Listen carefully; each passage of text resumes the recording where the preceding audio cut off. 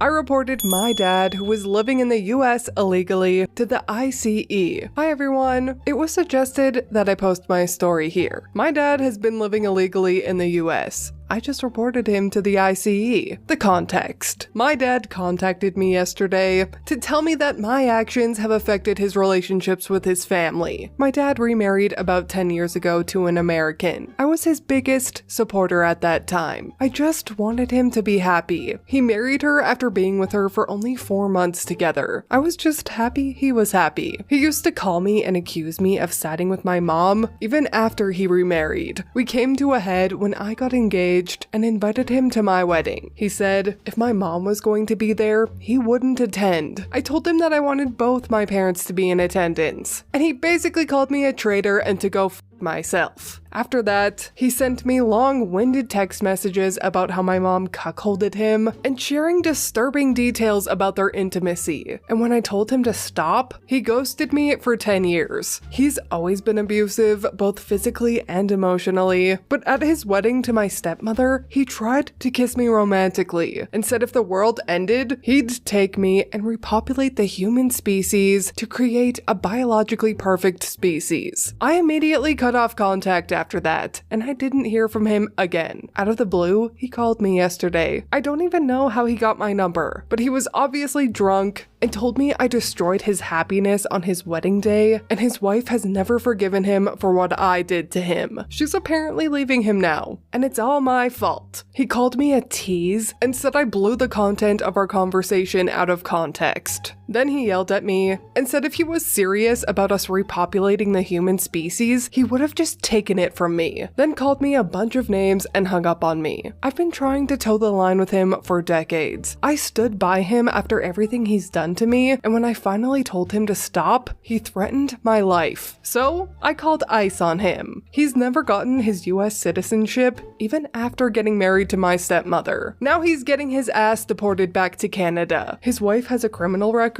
so she won't be able to join him. I've destroyed his life, and I don't feel bad about it. Ew. On behalf of Canadians, we don't want him, but sounds like he'll be spending a good chunk in prison because in the comments, OP states that their dad is already detained, has a flight booked for March 3rd, and that they will testify in court against him and strongly advocate he die in prison. Personally, my petty ass would have done this 10 years ago, but at least it's happening now. Better late than never, that's what I always say.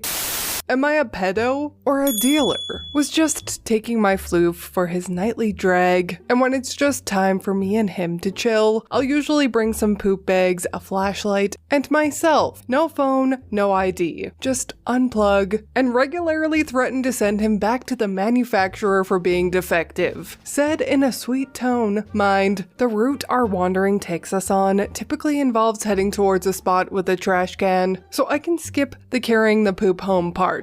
Said location is a school. Our walkie's route takes us up past the school and then back down the other side, so he doesn't notice us actually turning around. As we came back down the other side, he'd pooped, and I'd begged the turd for disposal in a garbage can outside the school, crossed the road, threw the poop in the trash, and then the sun came back out. Only, it wasn't the sun. It was a pickup truck with a light bar brighter than the sun, blaring into my eyes. At night. Felt good. I put a mittened hand up to block the light and see where I was going, and proceeded to walk away from the truck back towards home. Truck follows us. Fantastic. Truck continues to follow us for a quarter of a mile when a police car rolls up with lights on but no siren. Cop shines his spotlight on me, which turned my headache all the way up to 11 and instructs me to put my hands up. I do so. Cop gets out of his car and informs me I'm loitering near a school. I deny this. I'm walking my dog. Same time and route I do every night. He asks me for my ID. I tell him it's at home. Where I'd like to be going now if it's all the same to him. That's when the clown in the pickup uses a ladder to descend from his lifted monstrosity of a truck and starts rambling about how he saw me put a baggie in the trash. Bear in mind, the light bar is still on and is effectively blinding the cop. Cop finally tells the guy to turn his light bar off or he's getting cited. Man wobbles his way back up the ladder and turns the sun off. Finally,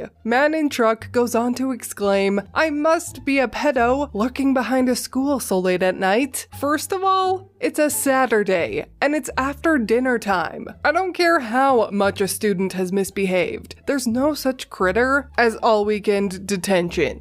The parking lots are also entirely empty. Ain't nobody here. Almost like it's a nice, well-lit place to walk a dog. Man then goes on to try and say, "What about the bag? You selling drugs?" Nope, just throwing out my dog's poop. Thanks. Cop at this point looks at me, and then at the man, does some math, and realizes I'm probably not the problem here. Cop begins taking an interest in the other guy, who has pupils that are wide open despite a freaking spotlight being shined at them. I told I'm free to go. I went.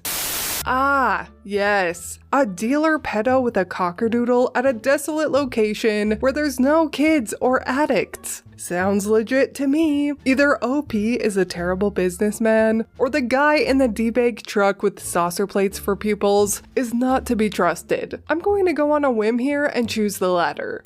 Petty revenge with a side of federal charges. Way back in the ancient days of 1985, I was tormented by a complete tool named Jimmy, who was one grade above me in high school in a small town where everyone knows everything about you and who said what. He was a redneck who hung out with similar losers who liked chewing tobacco. One day, he thought it would be fun to use my backpack that was hanging off the back of my chair as his spit cup. I was furious, but with his gang of cretins, there was nothing I could do about it. At least, not until he turned 18 and hadn't graduated yet. In school, I heard him bragging to his friends that he stole some mail from the post office by reaching into his P.O. box and grabbing the mail in the adjoining boxes. He bragged that he got someone's social security check and cashed it, using the money to buy some Coors beer. Well, my friend's mother worked at the post office, and I let her know, and to keep an eye out. Sure enough, a couple weeks later, he got caught. The mailman inside saw his scrawny arm reaching in and just grabbed him by the wrist and bent it at a 90-degree angle, trapping his arm until the police showed up. He ended up not finishing school while in jail and going to prison for the better part of a decade. Further investigation by the FBI, because it is a federal crime, got some of his friends caught up as well. I moved away right after high school and never went back, but before I left, I made sure everyone knew I tipped them off. I heard later from friends who stayed in that shitburg town that he got out and was looking for me. My mom had moved away, downsizing and retiring, and I was bouncing all over the country as a consultant for the aerospace and defense industry, making redonkulous money in the IT field in the lead up to Y2K. I just laughed maniacally and told them to let him know that the misery of his life was all because of me. Well, I can't take all the credit. He was an idiot and would have up some way or another, but I made sure to wait until after he turned 18 so he could go to big boy prison and not just a visit to juvenile detention for the summer. One thing I learned as I got older is that as good as it feels to rub their noses in it that you were the one that sent them to jail, it's a lot safer to sit back smugly and leave them wondering how they got caught. When he did that spitting in my backpack, he made a big deal about me being too much of a pussy to do anything about it. Yeah, 5 versus 1. You're goddamn right I didn't do anything at the time. I'm not an idiot. But it was a small town, and people talk. Especially the kids in a small town. Other kids would say and do things because they felt safe from me. When this whole arrest thing went down, I bragged that it was me, and that I did it specifically because of what he did to me. It was just over a year between him getting arrested and me leaving town after graduation. I took they put one of yours in the hospital, we put one of theirs in the morgue kind of escalation approach. I made sure that everyone knew I was willing to go nuclear, and that I would give no quarter. I had a few friends in school, but none that were close. I never dated anyone from high school because you don't shit where you eat. When you break up and still have to see them in third period English, it's gonna get messy. I was hated by a lot of people, but they also didn't with me anymore. Meh, who cares if they all hate you? You don't want people like that in your court anyways. This beautiful piece of well-executed revenge is honestly what dreams are made of. I picture OP walking away in slow-mo with an explosion behind him. But anyway, that is all from me today. I hope you enjoyed these 3 entitled people petty revenge stories. If you did, please leave a like and subscribe. I truly appreciate when you do, and I will see you in the next Reddit story. Bye!